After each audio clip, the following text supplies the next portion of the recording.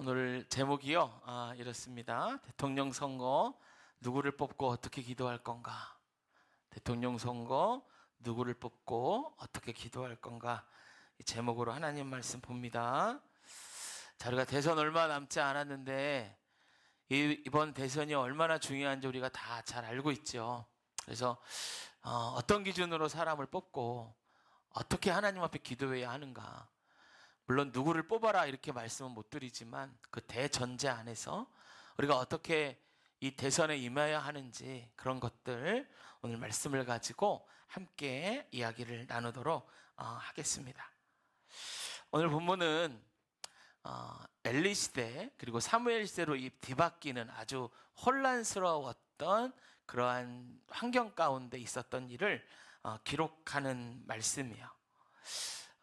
이거를 사무엘 시대라고 그냥 표현하기 좋게 제가 표현하도록 하겠습니다. 사무엘 초기 시대죠. 그리고 사무엘 시대는 또 과도기인데 왕정 시대로 넘어가는 그 과도기예요. 사무엘이 사울 왕을 세우고 이제 왕이 이스라엘에 처음 생기는 시대.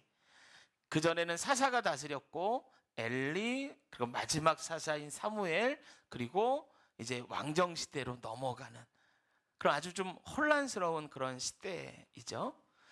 근데 이 정치적인 부분이 혼란스러워서 혼란스럽다라고만 말하는 건 아니에요. 그 시대는 암흑기였어요. 완전히 암흑기였고 이스라엘 전체가 하나님과 단절돼 버린 듯한 그러한 시대가 바로 이 사무엘 시대의 초입이었습니다. 사무엘 전에 엘리 제사장이 이제 그 제사장을 맡고 있었는데요. 정말 어떻게 이보다 더 나빠질 수 있을까 싶을 정도로 암흑이 가득했던 정말 좋은 것이 하나도 없었던 그런 시대라고 할 수 있어요. 오늘 무대가 되는 곳은 중앙 성소가 있었던 실로라는 지역이에요. 중앙 성소라는 건 이제 솔로몬이 성전을 짓기 전까지 이스라엘에 공식적인 성전이 없어요. 그래서 성전이 여러 그 지파들마다 이렇게 다 퍼쳐서 있었고 그 중에서 법궤가 있었던 실로는 정말 대제사장 역할을 하고 지도자 역할을 했던 사사가 거기에 기거하면서 그곳에서 그 종교적인 중심지의 역할을 했던 그런 곳이에요. 그래서 중앙성소라고 얘기했고 이 중앙성소 실로에서 일어나는 일이 오늘 본문의 배경이라고 할 수 있습니다. 그러니까 이스라엘의 중심에서 지금 이 일들이 일어나고 있었던 거죠. 이 시대에 아직 사무엘이 역사의 전면으로 드러나기 전 그때에는 누가 이스라엘을 이렇게 다스리면서 여러 가지 하나님의 일을 대변하는 그런 일들을 했냐면 엘리라는 제사장이 그런 일을 했습니다. 그런데 오늘 본문에는 홈니와 비느하스라는 엘리의 두 아들에 대해서 이야기하고 있어요.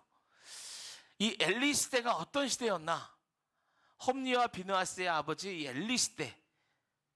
이 시대가 어떤 시대였나 보면 여러분 3장 1절에 보면 엘리 시대를 성경이 한마디로 얘기하는데 이렇게 말하죠. 3장 1절에 보면은 그렇게 얘기해요. 아이 사무엘이 엘리 앞에서 여호와를 섬길 때 여호와의 말씀이 희귀하여 이상이 흔히 보이지 않더라. 그러니까 중앙성소에 엘리가 제사장으로 있어요. 근데 하나님의 말씀이 희귀하대요. 그러니까 말씀이 잘 이 백성들에게 들려지지 않았어요. 그러니까 하나님과 어떻게 그 관계가 단절되어서 하나님을 잘 모르는 시대가 엘리 시대였다는 거예요. 여러분 잘 한번 들어보시면서 오늘날 시대와 한번 비교해 보세요. 왜? 그리고 나의 신앙과도 한번 비교해 보세요. 왜 하나님과 단절된 시대가 되었는가? 이런 시대가 될 수밖에 없었던 실상이요. 오늘 본문 성경에 엘리의 두 아들인 홈니와 비느하스를 통해서 적나라하게 얘기하는 거예요. 근데 이거는 홈니와 비느하스의 문제만이 아니에요. 대표로 그들을 뽑았을 뿐이지 이스라엘 백성들도 그런 식으로 하나님을 섬기고 그런 식으로 하나님을 취급했다라는 거예요. 먼저 홈리와 비느하스의 아주 큰 죄악들이 열거되기 시작하는데, 그 중에 첫 번째가 2장 12절인데요. 거기에 이렇게 얘기합니다. 엘리의 두 아들 행실이 나빴고 이 사람들은 악인이다, 이렇게 얘기합니다. 왜 그런가 봤더니 성경이 분명하게 이유를 얘기해요. 이렇게 얘기하는 거예요. 그들은 여호와를 알지 못했더라. 따라해 봅시다. 여호와를 알지 못했더라. 여호와를 몰랐다는 거예요, 여러분. 그럼 홈리와 비느하스가 정말 하나님을 몰랐을까? 어디 하나님 그 복음이 전파되지 않은 곳에 살아서 평생 동안 하나님에 대해서 한 번도 들어보지 못하고 자란 사람들이 홈리와 비느하스인가? 그렇지 않죠? 엘리의 아들인데요. 제사장의 아들이에요. 지금으로 치면 목사 아들들이에요. 모태신앙이라고요. 부모님이 예수 믿는 거 늘 보고 자랐더라고요. 이 사람들은 존재적으로 벌써 태어날 때부터 성전에서 태어났고요. 예배하는 부모를 보고 자랐고, 삶에서 하나님이라는 이름을 계속 들을 수밖에 없는 그런 환경에서 자랐어요. 그런데 어떻게 하나님을 모르냐 말이에요. 그러니까 여러분, 하나님을 몰랐다라는 그 이야기는 하나님에 대해서 지식으로 몰랐다는 이야기가 아닌 거예요. 하나님을 몰랐다라는 이야기는. 여러분, 이 12절을 표준 세번역으로 보잖아요. 이렇게 썼어요. 뭐라고 썼냐면, 표준 세번역은 여호와를 알지 못했다라는 말을 이렇게 얘기해요. 그들이 여호와를 무시했다라는 거예요. 여호와를 무시했다라는 거예요. 그들 삶에서 하나님을 찾아볼 수 없었다는 거예요. 주일날 예배도 드려요. 열심히 예배도 하는 것 같아요. 그런데 사는 모습을 보면 하나님을 무시하며 사는 거예요. 그들 삶에서 도대체 하나님을 찾아볼 수가 없는 거예요. 더 구체적으로 보면 이들이 하나님을 무시하고 그렇게 살았던 그것도 무엇이고, 그렇게 살면서 어떤 열매를 맺었는가? 첫 번째, 그들은 하나님의 제사를 멸시했다고 나옵니다. 12장 12절 17절에 보면은 그들의 악향에 대해서, 이제 하나님 제사할 고기, 그 고기를 삶는데 아버지 이름을 길먹이면서 우리가 먼저 그 아버지가 달라 그래서 제사 지내기 전에 먼저 좀 달라, 그렇게 얘기하고, 이 백성들이 몇 번 당하니까 하나님께 먼저 드리고 그 다음에 가져가라. 그러면 우리 제사장이 날 것을 좋아하는데 무슨 소리냐 그러면서 강제로 빼앗아 갔다라는 거예요. 또 하나 성경이 지적한 죄가 있어요. 무슨 일을 하는가? 성전의 그 회막에서, 지금 보면 성전에서 수종 드는 여인들과 동침해요. 성전에서 수종 드는 여인들은 거룩함, 헌신, 이런 것의 상징입니다. 그런데 이 여인들과 홈리와 비느하스가 동침하는 거예요. 그들의 거룩함을 깨트리고 성적인 대상으로 만들었다는 거예요. 그럼 왜 홈리와 비느하스가 겁도 없이 이런 일을 벌였을까? 여러분, 이유는 이렇습니다. 그 당시에 우상을 섬기는 장소들이 있었어요. 그리고 그곳에서 타락한 유대인들도 가서 우상 숭배를 하고 있었단 말이에요. 그런데 그곳에는 여사제들이 있어요. 대표적인 게 아세라 신당이죠. 바알의 부인이라고 여겨지는 아세라는 여신인데, 그 여신을 섬기는 여자 사제들이 있었고, 이 여자 사제들은 다 그 아세라를 제사 지내러 오는 사람들과 몸을 섞는 창녀들이었어요. 왜냐하면 그들은 그렇게 하면서 신의 뜻을 알 수 있다고 여겼거든요. 그러니까 아주 음란한 그러한 곳들이 우상을 숭배하는 곳이에요. 홈리와 비느하스가 왜 성전에서 수종 드는 여인들과 동침했을까? 그거는 이 여인들을 우상 숭배하는 곳의 여사제들과 똑같이 취급한 거예요. 그래서 하나님 말하는 거예요. 너희들 제사를 멸시했다. 하나님 앞에 이게 얼마나 무서운 죄였겠어요. 그래서 하나님은 홈리와 비느하스를 벌하시기로 작정합니다. 또 하나 성경에 보면 이들의 죄가 세 가지 정도인데 두 가지는 말씀드렸고, 또 한 가지 죄는 뭐냐면 하나님의 임재의 상징인 법궤를 부적처럼 사용해요. 블레셋과 전투가 일어나지요. 근데 그 전투에 홈리와 비느하스도 참전해요. 전세가 막 불리해집니다. 그걸 보자마자 이들이 법궤를 가지고 나와서 전쟁터에 가서 싸우는 거예요. 그런데 이 홈리와 비느하스의 생각은 뭐가 있었냐? 마치 법궤만 있으면 하나님이 어쩔 수 없이 거기에 임재하셔서 자기들을 이기게 해줄 걸로 생각한 거예요. 부족같이 생각한 거예요, 여러분. 법궤만 가지고 나가면 하나님이 원하시지 않아도 함께 하실 수밖에 없고, 그러면 전쟁에서 승리한다라고 생각한 겁니다. 그럼 뭐예요? 지금 이들 생각에 뭐가 깔려 있어요? 어려서부터 알고 배우고 들었던 그 하나님을 뭐라고 생각했냐면 수많은 우상 중에 하나로 생각한 거예요. 수많은 우상 중에 하나. 어떤 사람들은 얘기합니다. 저 부처의 그 절에 있는 부처와 성전에 있는 하나님과 뭐가 다르냐? 예수님과 뭐가 다르냐? 어떤 사람들은 이렇게 말합니다. 목사 중에서도 이렇게 말하는 사람이 있어요. 근데 절대로 그렇지 않아요. 달라요, 여러분. 그거 헷갈리면 영원히 죽는 거예요. 하나님만이 참신입니다. 할렐루야. 하나님만이 참신이에요. 그래서 오늘 우리가 읽은 본문에 보면 그렇게 얘기합니다. 하나님이 그들을 죽이기로 작정하셨느니라. 그래서 홈리와 비느하스는 전쟁에 나가서 그 전쟁에서 죽어요. 그리고 전령이 와서 그 아버지 엘리에게 홈리와 비느하스 죽었습니다 얘기 듣자마자 엘리는 의자에 기대고 앉아 있었는데 뒤로 넘어지면서 목이 부러져서 죽습니다. 그리고 홈리와 비느하스의 그 며느리, 그 딸들 아이나타가 죽고요. 그리고 다 그 집안이 아주 풍지박살이 나죠. 아까도 말씀드렸지만 여호와와 단절되고 하나님을 무시하고 하나님을 우상의 어떠한 신들과 똑같이 여기는 이것은 홈리와 비느하스의 얘기뿐만이 아니에요. 그건 그 당시 이스라엘이 그랬던 거예요. 대표적인 예로 엘리의 집안, 왜냐하면 지도자니까 그 집안을 뽑아서 이야기를 한 것입니다. 살면서 하나님을 찾아볼 수 없는 거예요. 철저히 하나님을 무시하며 살아가는 것입니다. 여러분, 지금 시대가 많이 어렵고 힘들다고 합니다. 그런데 그렇게 어렵고 힘든 이유가 우리 그리스도인들이 예수님을 나타내고 살지 못해서, 우리를 보면서도 사람들이 예수님을 도무지 찾을 수가 없어서 그렇게 예수가 어디 있냐, 하나님이 참신이 맞냐, 그런 이야기를 듣지는 않나 생각해 봐야 하는 것이죠.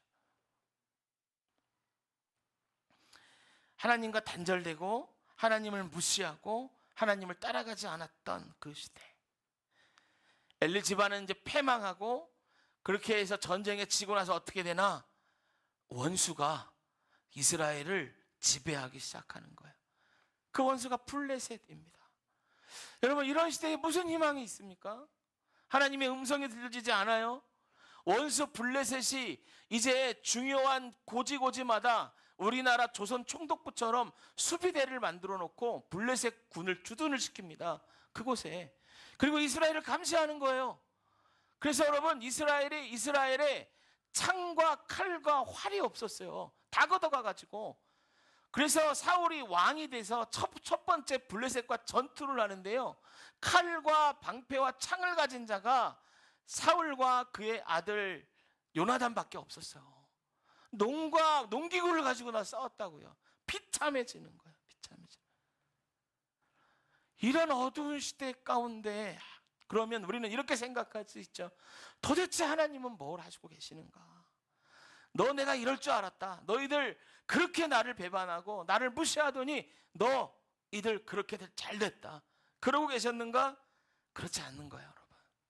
하나님이 사무엘을 준비하고 계시는 거예요. 할렐루야. 하나님이 사무엘을 준비하고 계시는 거예요. 따라갑시다. 하나님이 사무엘을 준비하고 계신다. 할렐루야. 이런 시대에 하나님이 사무엘을 부릅니다. 기도하는 어머니가 있었어요. 한나를 통해서 이제 사무엘을 불러서 성전에서 자라게 하시고 준비되게 하셔서 역사의 전면에 내세우는 거예요. 여러분, 어둠이 깊고 도무지 빛이 보이지 않고 깜깜해서 손으로 더듬는 그런 시대인데 하나님은 당신의 사람을 예비하고 계시는 줄로 믿습니다.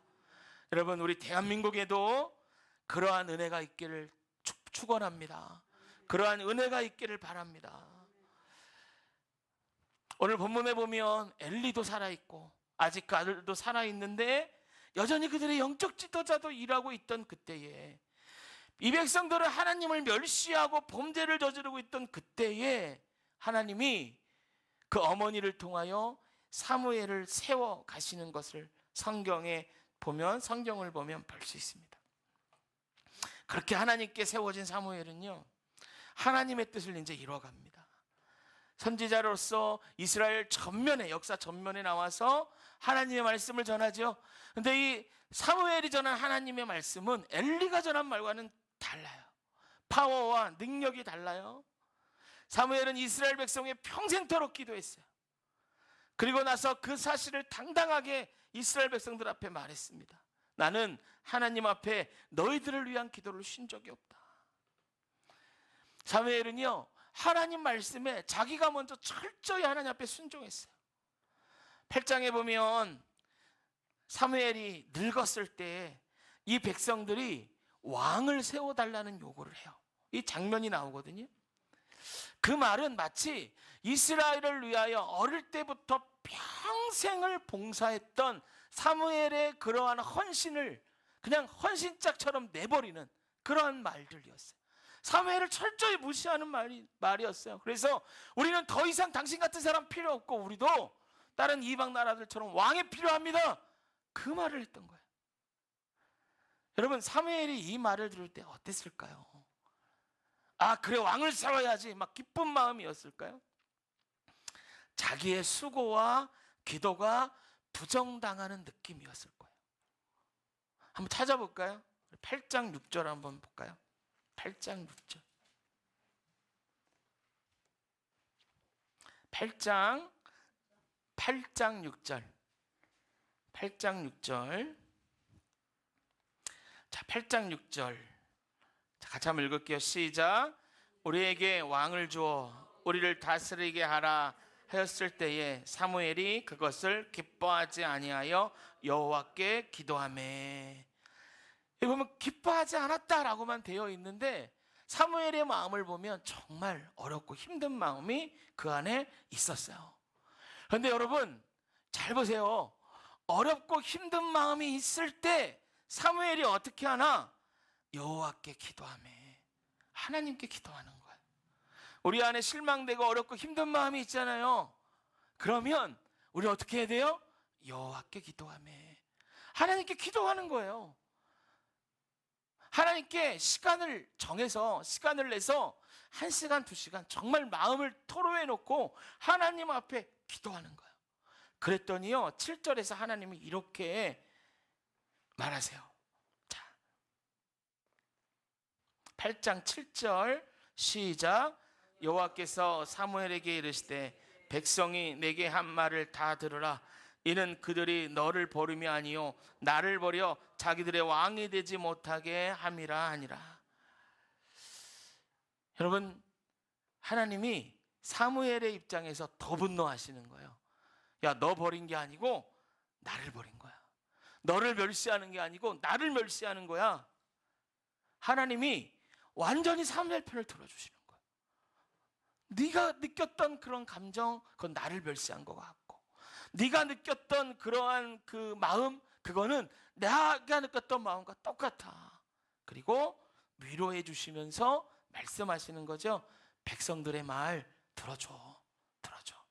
그러나 왕을 세울 때 그 왕이 너희들을 어떻게 할 줄 분명하게 알려줘라. 그래서 신명기 있는 말씀을 들어서 왕이 있을 때 어떻게 너희들을 압제할 건가를 다 말해주고요. 사무엘은 하나님이 들어줘라고 하니까 어떻게 해요? 그 말에 순종해요. 그렇게 세워진 이스라엘 초대왕이 누구예요? 사울입니다. 사울. 사울. 사무엘은 하나님 앞에 순종하는 거야. 자기가 먼저. 그러면서 말씀을 가르치는 거예요. 그리고 늘 하나님께 기도하는 거예요. 하나님은 사무엘에게 말씀하시는 거예요. 그러니까 그 말씀을 듣는, 사무엘의 말을 듣는 그 백성들은요, 늘 사무엘의 말을 신뢰했어요. 그가 그렇게 사니까 어떻게 해요? 백성들이 점점 하나님께로 돌아오기를 시작하는 거예요. 지금 이 시점에 우리나라에 필요한 지도자가 누군가? 하나님, 사무엘과 같은 지도자를 세워주십시오. 할렐루야. 그렇게 기도할 수 있는 저와 여러분 되시기를 바랍니다. 그렇게 이제 이제 사울이 왕이 됐어요. 그런데 사울이 또 어떻게 됩니까? 하나님을 멸시하는 길로 가는 거예요. 이걸 보고 여러분, 사무엘이 어떻게 한 줄 아세요? 매일 울었어요. 매일 울었어요. 15장 한번 찾아보세요. 15장. 사무엘상 15장. 자, 15장 35절, 맨 마지막 35절.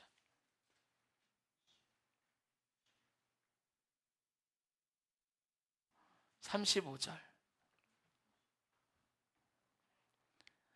찾으셨어요? 자, 한번 같이 읽어볼까요? 사무엘상 15장 35절 시작. 사무엘이 죽는 날까지 사울을 다시 가서 보지 아니하였으며 이는 그가 사울을 위하여 슬퍼함이었고 여호와께서는 사울을 이스라엘의 왕으로 삼은 것을 후회하셨더라. 그가 하나님을 멸시하는 길로 가요. 죄악 길로 가요. 그거를 보고 사무엘은 단 관계를 끊을 수밖에 없었지만 나라를 위해서 기도하지 않은 게 아니에요. 그가 슬퍼하였어요. 사울을 위해서. 그럼 바꿔 말하면 나라를 위해서 기도하는 거예요. 여러분, 그렇게 세워진 왕, 그 왕이 하나님을 멸시하는 길로 갈 때에 하나님은 또다시 무슨 일을 하는가? 16장 1절 읽습니다. 시작. 여호와께서 사무엘에게 이르시되 내가 이미 사울을 버려 이스라엘 왕이 되지 못하게 하셨거늘 내가 그를 위하여 언제까지 슬퍼하겠느냐? 너는 뿔에 기름을 채워 가지고 가라. 내가 너를 베들레헴 사람 이새에게로 보내리니 이는 그가 그의 아들 중에서 한 왕을 보았느니라 하시는지라. 아멘. 사울이 얼마나 슬퍼했는가? 하나님이 그만 좀 울어라, 그만 좀 슬퍼해라 할 정도로 슬퍼했어요. 나랑 상관없는 일이니 그렇게 돼도 마땅하지, 이게 아니라 그의 마음에는 나라를 위한 궁율, 사울에 대한 궁율이 있었어요. 그러니까 보다 못할 하나님이 말씀하시는 거예요. 너 언제까지 슬퍼할래? 그만 슬퍼해.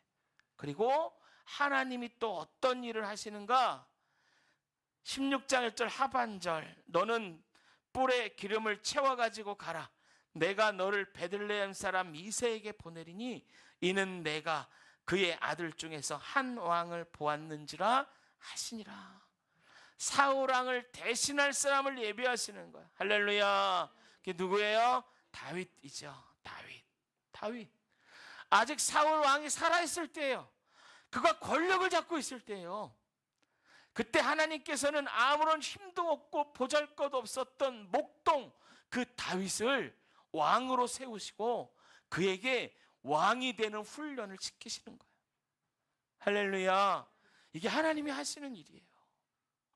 여러분, 이번 선거 누가 당선되어 어떤 사람이 대한민국을 이끌어야 되나? 우리는 이걸 믿어야 돼요. 하나님께서 예비하신 사람이 있다. 할렐루야. 그 사람이 당선되도록, 대한민국을 이끌도록 기도해야 돼요. 그리고 우리가 투표할 때 하나님께 기도해 보세요. 어떤 마음을 주시는지 하나님의 마음으로 투표해야 돼요. 여러분, 아무리 시대가 어둡고 어두운 터널이 끝이 없어 보여도 터널엔 끝이 있고요. 하나님이 예비하신 자가 역사의 전면에 나타날 그때가 있습니다. 할렐루야. 여러분, 별을 보는 방법 아세요? 별을 보는 방법.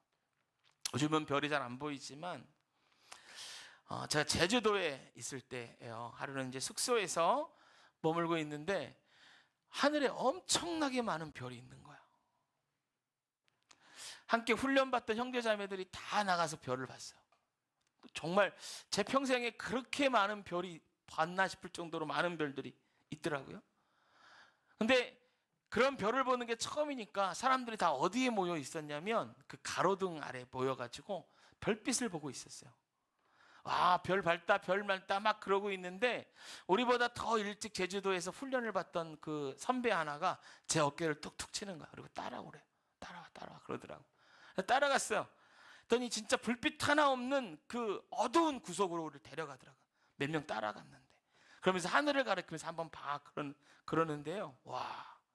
그 어두운 가운데 별을 보니까 그게 밝은 데서 봐도 너무 많고 막 제 평생에 볼까 말까 한 별이었는데, 어두운 데로 가니까요 별이 얼마나 밝게 보이든지 가로등 아래에서 보던 거 한 2배는 더 밝게 보이더라고요. 더 많이 보이더라고요.